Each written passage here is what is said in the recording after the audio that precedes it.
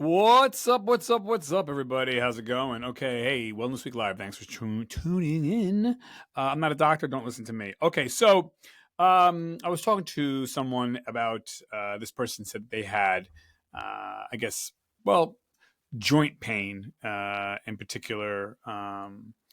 It was just in the knees or just so I was like, okay. And they were like, oh, maybe I should get an operation. I'm like, bro, hold the fuck on. Hold on. Operation. Have you tried, like, before you go nuclear? Let's talk about some remedies that you can do very easily that can help joint pain. So maybe you got like a bum knee or a bum elbow or a bum wrist or a bum, any joint. Okay. Shit, if it's happening in all the joints, that's another problem. But so if you're having joint pain, what can you do to help, remedy it, solve it, or lessen it before you go down the line and be like, I'm going to go for an operation. And you may need an operation. Hopefully you don't. But so number one, I have actually a joint pain in my right knee. And so here's some things I'm doing, and you can hopefully utilize some of these tricks or hacks. Okay. So number one, I would say, if you're somebody that is having knee pain, back pain, particularly in, ankles, knees, hips, the support of the whole body, the foundation, I would say number one, lose weight. Now, you may say, oh, but I'm not 900 pounds. It doesn't matter. It's relative. If you are a few pounds overweight, because what the hell does that mean? Who knows? But, if you're a few pounds overweight, lose those few pounds, because every pound you can take off the structure of your machine called the body, the better your knees, your back, your ankles, your feet are going to feel. So most Americans are overweight. Again, no judgment. Big is beautiful, but it's not healthy. So if you're having knee pains, ankle pain, back pain, lower back pain, particularly hip pain, number one would be, lose some weight. And again, how bad do you want to get rid of this, or potentially get rid of this joint pain, or particular joint pain? How bad do you want to get rid of it? If it's just I don't want to change. I don't want to lose weight. All right, well then, I don't know. So, but moving on the list. So I would say that's probably the best thing you can do is to lose weight, especially again if it's in the lower part of your body, your lower back, your hips, your knees, your ankles, like that. If you have wrist pain, well, losing weight is not going to help as much. All right, so the other thing I would say is cut out sugars. Now, I'm not talking about like you eat fruit that has sugar in it. That's different. That's man-made. I always say God made over man-made. You're eating an apple or a banana or blueberries. They're going to have sugar in it, but it also has fiber.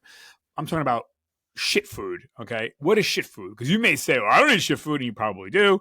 And that is, shit food would be like, again, weekly. I'm not saying every day, but if you're having it even once in a while, like every other day or once, twice a week, stop bread, pasta, chips, cake, cookies, muffins, stuff like that. That's shit food. That's man-made food. Yes, bread and pasta, shit food.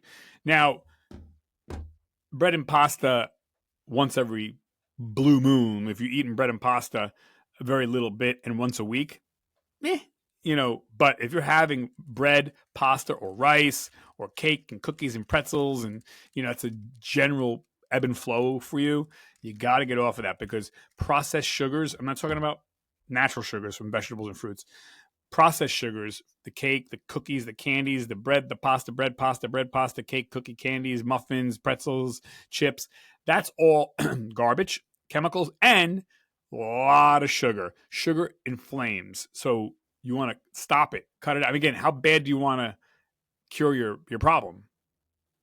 Okay, so cut the sugars out. Stop doing activities that fucking cause your knees and legs and hips to hurt. So, like, I have friends of mine that are like, oh, my knees are such pain. Okay, you run 5 miles a day. That's great. You're in shape. But stop running. Like, you're causing more problems. Unless you want to go for an operation. Okay, you know what I mean? But, like, walk, cycle, swim, like low impact. You know what I mean? So if you're in excruciating pain, this is going to end badly, right? So like, why push it? So if you're doing something that's causing the joints to inflame and have pain, stop. So if you're a big runner and you're, oh, my knees kill me, well, either stop complaining or you lessen your running, stop your running.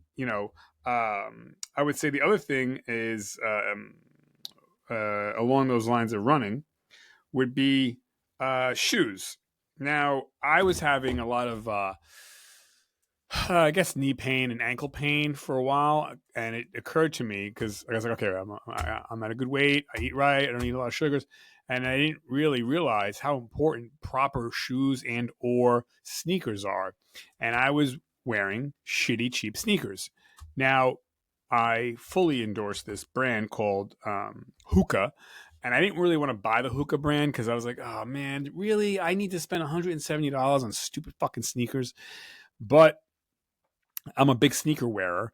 And sure enough, yep, I got a better pair of sneakers, the best pair in my opinion, Hookahs. And it helped my knee pain by like 50%. Just getting a really good, supportive, comfortable shoe. It helped my foot pain too. It helped my foot pain, my ankle pain, my knee pain. Simply getting Hookah for me. Now you may think another brand is great for you, so be it.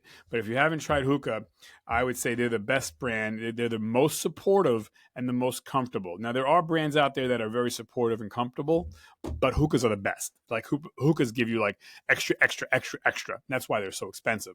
But really good pair. And you may want to try also high top sneakers. Honestly, it might look goofy, but how bad do you want to help this pain? I mean, so I would say good pair of supportive, comfortable shoes that really going to bolster the sides of your foot. Again, maybe a good boot, but supportive. You can buy insoles if you have to, but I love Hookahs, so they're worth it. And you got to look at it. This is your health. You know what I mean? So the other thing I would say is, which I'm not a big fan of, and I wouldn't do this regularly because it is a medicine, even though it's over the counter.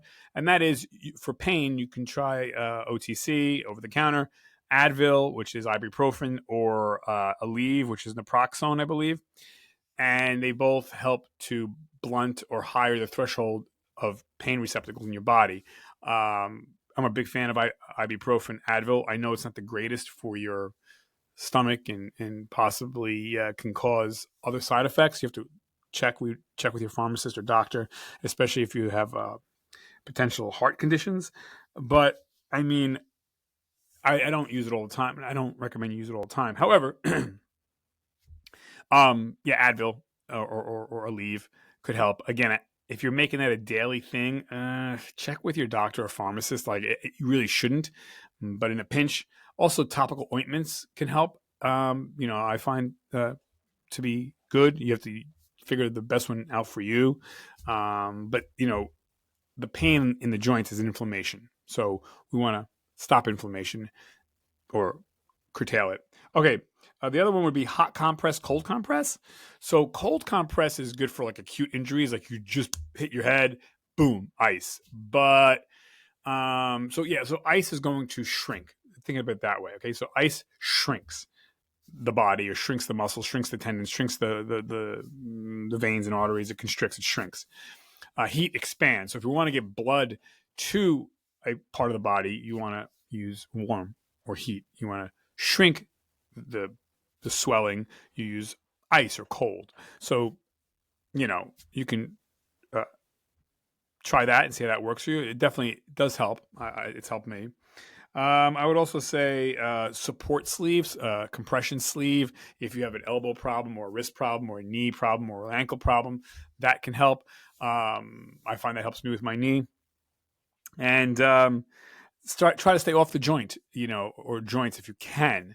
I have a job where I have to stand up a lot. So what I try to do is with my right knee, I try to like lean on my left a little bit every so often, kind of give it a break. And I try, because I hyperextend. This is where I think I got this problem from. So like, if you're, so even my finger, a normal finger points like that, straight up. Mine goes like this. You see how it's bending in? You see?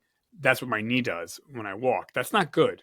So it should be like that, straight, or even a little bit this way, but not the opposite. This is bad, bad. My knee does that. So I have to be very cognizant to like just stop and not hyperextend my knee, and I'm okay usually. Then the last thing would be go to the doctor.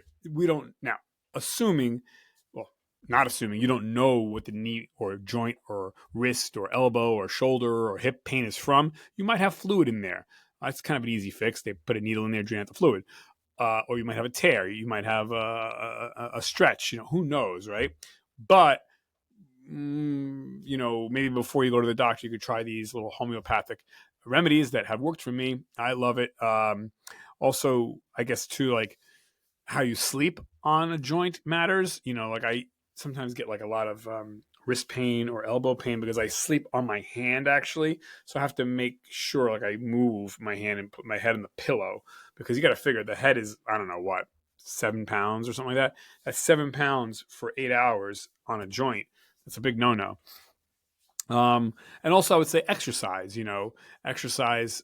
It doesn't have to be sweating to the oldies, but get up, move every day, get up, get out, move every day.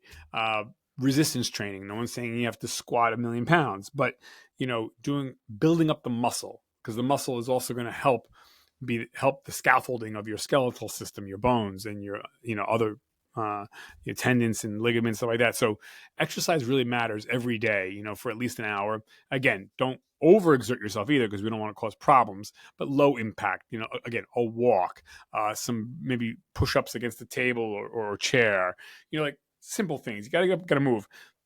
Your diet matters too. Again, and by the way, what you eat can also help decrease inflammation. So omega-3 fatty acids, baked salmon. You want to stay away from anything fried. Fried is going to make more inflammation. So you want salmon, you want eggs, you want nuts, things like that. You want to stay away from milk. That's going to be inflammatory. So you want to have pre and probiotics, so that's your fruits and vegetables, your kimchi, your cabbage, your, kefir yogurts.